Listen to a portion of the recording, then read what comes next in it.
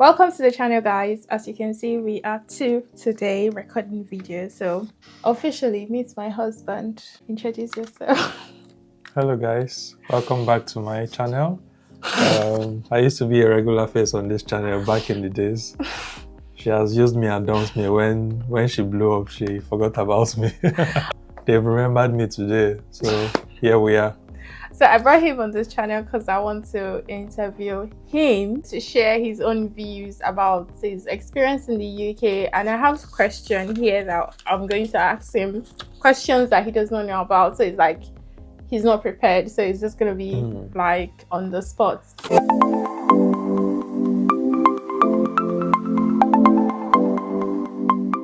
Set up. Don't look at my... Okay. Question number one. What do you think about working in the UK compared to working in Nigeria? A few things that are different. So yeah, obviously the subtle politeness of this place. Like in Nigeria, if you're messing up, they'll tell you you're messing up, fix up. During feedback session, they'll probably tell you, oh, this is fine, and things like that. Meanwhile, it's total rubbish. That indirectness, if I might put it that way, of their language is a bit funny to me compared to the Nigerian directness where your boss will tell you this is rubbish, you can't redo it, that sort of thing.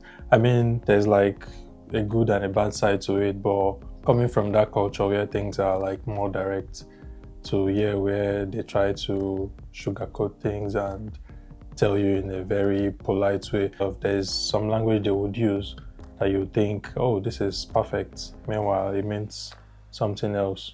So I think it was that struggle. So which one do you prefer? I say I would prefer the directness. Just tell me like if what I'm doing doesn't make sense so I can go back and work on it, not, you know, sugarcoat things and tell me in a very polite manner and I think everything is fine and then 2 years, 3 years I'm not getting promoted and things are going bad. So I would definitely prefer the direct feedback. Well, I mean, it's good to know that I'm not the only one feeling this way. You're making me to lose my mind. And I'm the kind of person that I take people's words seriously. Like, I don't try to read meaning to it, but lately, whenever I get feedback at work, I'm like, I'm going to take it with a pinch of salt, especially when it's, oh, Faith, you're on track, everything is perfect. Do not believe them. Okay, work on yourself, work harder. And if you're on track and you're doing everything, I think you would know.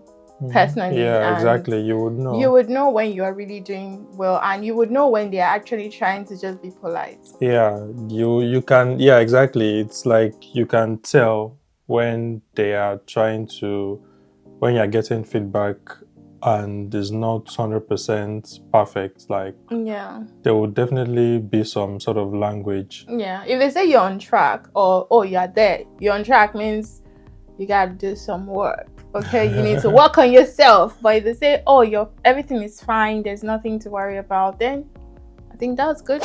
Anyway, second question. What do you think about the UK in general? Like, I mean, living in the UK compared to living in Nigeria? A lot of things. Obviously, the system here is quite easy and straightforward. You are not surviving. This is a place where, of course, maybe after like a couple of years, you will leave the survival stage and you will actually be thriving. You can practically do any type of work and you'll still be okay. You would most likely be a little bit more contented here based on the fact that whatever you do, you can earn enough money to take care of your basic needs and then start thinking of vacation. Like we all know in Nigeria, you probably work years and years and years, you're not thinking of going on any vacation. You, for example, now, the last time, didn't you just pick your bag and run to Albania on vacation? I'm sure if it was in Nigeria, you would think of it like 200 times before you embark on a trip like that. So you sort of easily move away from that survival mode into like a more thriving mode. Yeah, you'll now be thinking, oh, let's go on a picnic, let's go on vacation. You're no longer thinking of where will my next rent come from, or do I have transport to go to work tomorrow, or what's the price of fuel? Will it be 500 tomorrow or 900 tomorrow? Do you get? You're not worried about your generator breaking down or the food getting in the middle of the night. Yeah, so but obviously there are lots of things that I miss back home. the communal life. Yeah. Yeah. You live in a building, you don't know who your next door neighbors are. In Nigeria, as you're entering the building, you are joining WhatsApp group of the compound, of the community. Yeah. There's always just flying around. You know if, trailer fall for your street. I think another thing is like, this place is like a leveler. There are some professions you'll be in Nigeria, you would be like a baller. But when it comes to here, obviously not everyone would have everything in the same area, but like if you have like a stable job, you could easily get a mortgage, you own your own house and things like that. So it's almost like a leveler.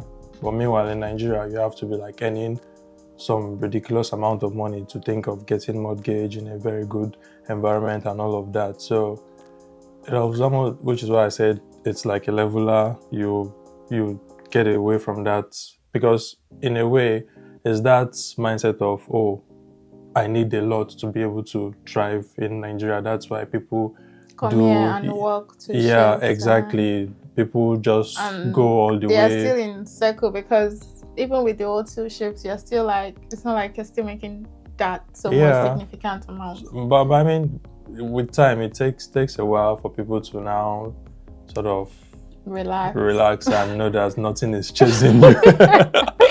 I know that 3 shifts, 4 shifts will not make you a billionaire. Relax and know that nothing is chasing you. You need to calm down. That's why you don't want to do any side hustle. Nah, not. I've been forcing him to do side hustle. He said no. Do you want to be a YouTuber? You're into finance. I think you would be a good financial advisor, like, telling people how to, I don't know, use their money and all that. Do you think you want to come back and talk about money, finance? Maybe if you invite me again. If you go great come, it sound like nice person here now. I will say maybe more bullshit to go say I don't tire. What do you think about Nigerian YouTubers in the UK? Being the fact that your wife is a YouTuber. If I'm being objective, like when we were moving to the UK, sort of like you do research, or what is the UK about? Around then, there wasn't a lot of like content telling people about the UK.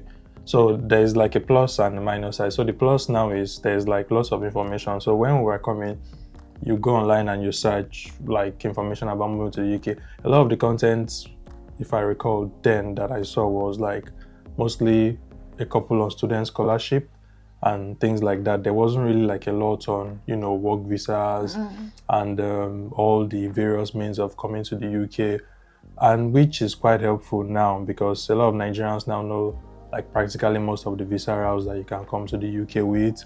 So it's quite helpful that a lot of that content is out there, and it's really good, to be honest, because we have like people from other nationalities, right, that have been doing things like that even in their local language for years, and they are helping their people, they're helping their community.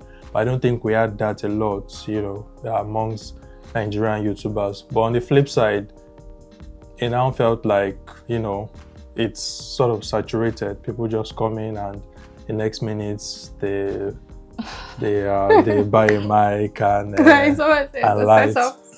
Do you get? And that almost feels like, in a way, it's now shifted from, creating content to making money, to hustling. Exactly. So people saw it as, YouTube is paying, let's get into it. And it became ridiculous and saturated. Everything is information. If you don't have the information, there are lots of people that might be qualified to get jobs outside of Nigeria and they want to do it, right? But they really don't have that information. In our own case, I was lucky enough that I was in an environment where, this person moved. Oh, guy, what did you do? And I was able to move. But you see, we came in like a bit earlier, because when we came in, they were still doing resident labor market test. I remember even after getting a job offer. I don't think I saw any YouTuber that talked about skilled worker visa. Exactly, as at that time. Yeah. So when I searched information how to fill skilled tier 2 visa, whatever form, there wasn't like information, cost of living in the UK. People didn't know because the demography of people that moved to the UK that time were like, the older generation, and then a couple of people that came for masters. And, then I think they didn't have the post-study work visa. So you come, you do your masters, and after like 3 or 6 months, you leave. So the information out there then wasn't like a lot. So it's like plus and minus. So I would say, yeah, I'm happy. It's great. Like there's plenty of information out there, but on the flip side, it feels like saturated and some information is, overflogged and overdone at this point. Yeah. For me, at this point, I just feel like even if there's any latest updates, people are already like they are aware of where to get the information. So most times I don't feel the need to record videos. Final question. What do you think about marriage in the UK? Like being married to me in Nigeria and being married to me in the UK, like what's the difference? Which one do you prefer? Is there really any difference? Should I say when we carry your wife go abroad, the wife go change? There wasn't any difference. The dynamics were still like really relatively the same. Back in Nigeria, we didn't have a kid, so like, because I think in our own setting, we've just been fluid. Like we tilt responsibilities, we tilt like chores, we tilt everything. 2-3 months, I might be the one washing. The next 6 months, I might be the one washing clothes. And like, that's always been our dynamics. It's been very fluid back in Nigeria and here in the UK. I don't think anything changed. Nah. There's no difference. No. The way you're enjoying your wife in Nigeria compared to the way you're enjoying your wife in the UK. The heat there was too much now, so yeah. Okay, there's difference there. There's difference. Mosquito, generator noise, the heat. So yeah, you have a very good point. There's difference. I take back my statement. Anyway, guys, we've come to the end of this video. If you like to see him more on this channel, which I doubt you will see him because I'll be here. She does not invite me anymore. He said he doesn't want celebrity life because he wants to be wearing his slippers. Yeah, you see, me, I want to wear bedroom slippers and go on the road and buy puff and bolly. I don't want people to see me on the road. Hey, I know you from I know you from YouTube. No. So you guys subscribe, like, you know the deal. I think I would like him to share his own English hard. I think I would like him to share his own perception. Is it perspective? You don't do.